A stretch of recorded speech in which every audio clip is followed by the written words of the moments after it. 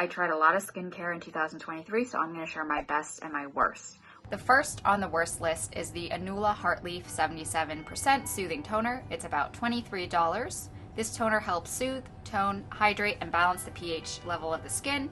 While it has no pore clogging ingredients, it does have about 8 oils and extracts that could potentially cause skin reaction or sensitivity. I had so many hopes for this toner because I saw so many raving reviews on TikTok. So many people said that this toner absolutely changed their skin, and I really wanted that for myself. The reviews of this toner said it was really good for acne prone skin, oily skin, and it's just magical. I did like the consistency of this. It felt very light and watery. I also noticed that this toner was giving me small acne bumps over my mouth. Once I stopped using this toner, I noticed the acne around my mouth started to disappear, which means this guy was most likely the culprit. So for me, I'm not sure if my expectations that were set by so many great reviews on TikTok might have made this guy a little bit harsher than he should be, but I felt like I didn't see an improvement in my skin, and I felt like I was getting small acne from it. If you see viral skincare going crazy and it doesn't work for you,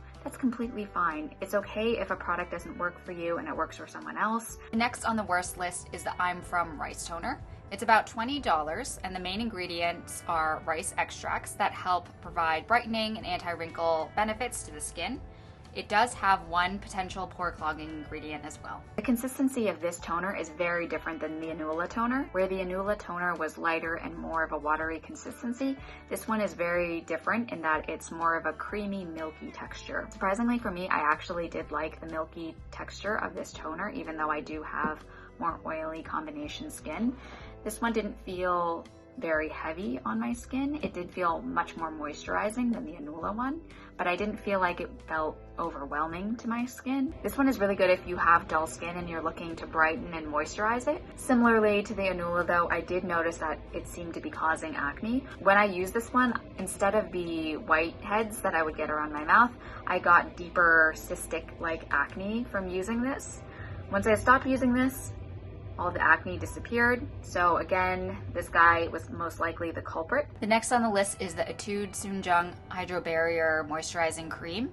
This moisturizer has different ingredients to help soothe and calm the skin, as well as being free of 10 different types of potential sensitivity ingredients. And this moisturizer has no pore clogging ingredients. The consistency of this moisturizer is a little bit thick.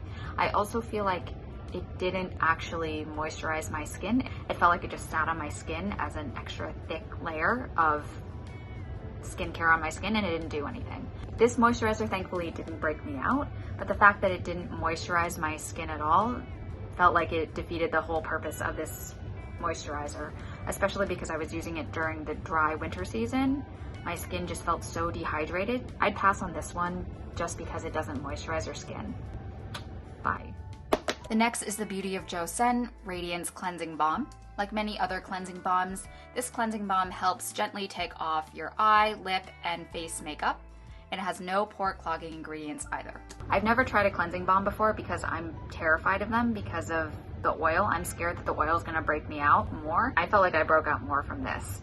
I was really excited for this one because I saw that it had no pore clogging ingredients, and while I know that means nothing, just because it doesn't have pore clogging ingredients doesn't mean it's not going to break you out, but I was hopeful for this one. While this is the only cleansing balm I've ever tried, the consistency seemed like any cleansing balm that you would ever get, and this cleansing balm really did take out all my makeup. It was very easy to use, and it didn't feel like it was pulling my skin to get the makeup off. It just came off right away. I would get acne out the wazoo. My skin was so irritated by whatever was in this. And yes, I double cleansed afterwards. I would use this and then I would use a cleanser to then take off everything. And even then, it wasn't working for my skin. The last on the worst list is the La Roche-Posay Adapalene Gel. This is a prescription-based retinol that's available over the counter, and it's about $36 and has no pore clogging ingredients.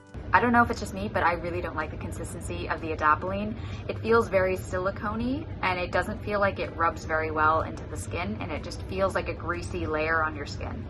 You're only supposed to use a pea-size amount, and so when you try to put that on your face and spread it out evenly, it didn't feel like it was spreading for me, and it just felt like a greasy layer on top of my already oily skin. The first day of using Adapalene, my skin looked really good. It felt brighter, it felt fresher, but as I consistently kept using it, my skin continued to deteriorate with it.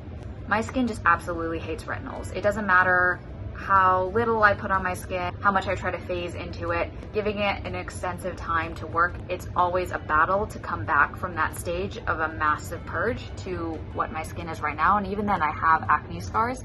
It's just not worth it. The first on the best list is the Hero Mighty Patch. This patch helps visibly flatten pimples on the face, and it's about $13 and has no pore clogging ingredients. I love these pimple patches. I think they're so good, and this brand has a bunch of different types of pimple patches. This one is the original, but they have different types. I was getting the worst pimple ever. I had this pimple on my nose, and you know the nose pimples. There's something horribly horrible about nose pimples. I put this pimple patch on overnight, and when I woke up, the pimple went down significantly. And within 2 days, that cystic acne completely disappeared. It really does pull the gunk out of your pores, and boom, no more acne. The next is the Good Molecules Hyaluronic Acid Serum. It's about $6 and it helps replenish your skin's moisture content, and it has no pore clogging ingredients. I really like this hyaluronic acid. This is a very, very basic hyaluronic acid. There's really nothing else crazy added into it, which is something that I really, really like. Skin feels so plump and so moisturized when I use this that I use it all the time, in the morning and at night, because it just helps my skin feel awake. The consistency of the serum itself is very lightweight and very watery, and it absorbs into the skin right away. The next is the Etude Soonjung Cleansing Water. It's about $17 and helps remove face makeup, and it has no pore clogging ingredients. This cleansing water is so good.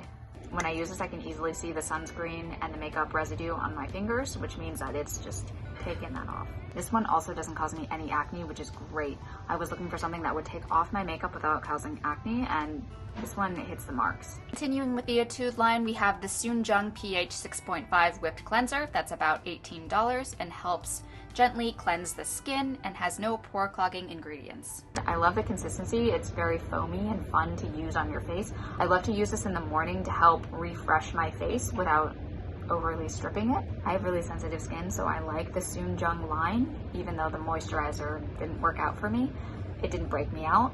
And that's one of the reasons why I really like this brand. And last but not least is the Axis Y Heartleaf My Type Calming Cream. This is a lightweight gel cream with Heartleaf. It's about $16 to $20 and has no pore clogging ingredients. This moisturizer says it's a cream, but it feels very much more like a gel consistency. It doesn't feel heavy on the skin like traditional cream moisturizers. It's very hydrating on the skin without feeling heavy, which is something that I look for in a moisturizer. I hope this review was helpful if you were interested in trying any of these different products, and know that my experience using them may be very different from your experience, but just wanted to share my thoughts in case you were interested in trying any of these products.